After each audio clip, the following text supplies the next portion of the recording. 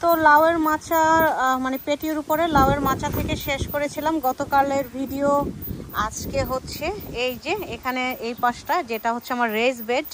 তো আপনারা সবাই জানেন আমি ওই পাশে যে রেজ বেডটা ওইটাতে পটে করি সব কিছু, সিমের গাছ, বেগুনের গাছ, মরিচের গাছ, তারপরে কোজেটের গাছ, তারপর 2টা টায়ারে আছে লাউ, কুমড়ার গাছ, এগুলো আমি সব রেজ বেডে করি। এবং এখানে আছে করলার গাছ।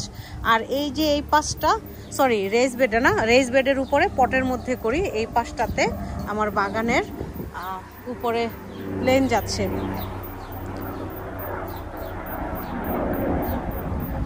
আর এই পাশটাতে আমি মাটিতেই দিয়ে দেই।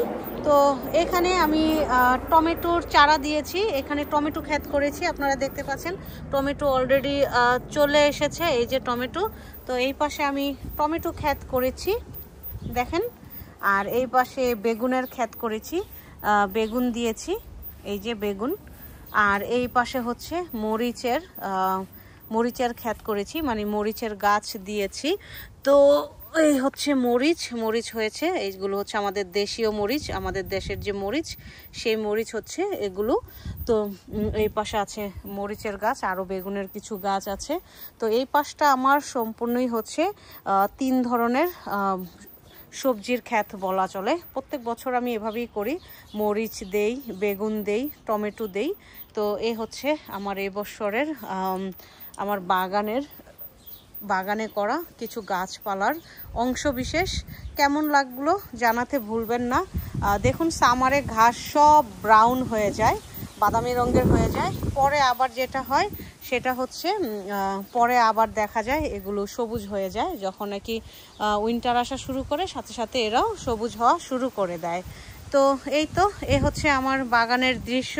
আশা করছি আপনাদের ভালো লাগবে। এখানে গোলাপের বাগানটা কেমন জানাতে ভুলবেন না।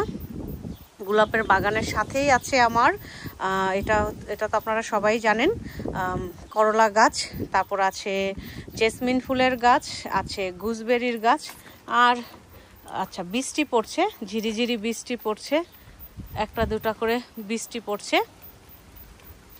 তো এখন আমি আবার চলে যাব উপরে ডেকে, কারণ বৃষ্টিতে ভিজতে চাই না।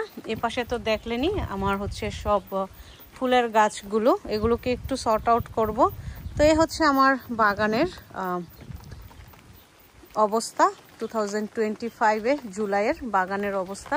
এই পাশে জেসমিন ফুল গাছে এই যে দেখুন কি সুন্দর ফুল হয়েছে, খুব সুন্দর ফুল হয়েছে।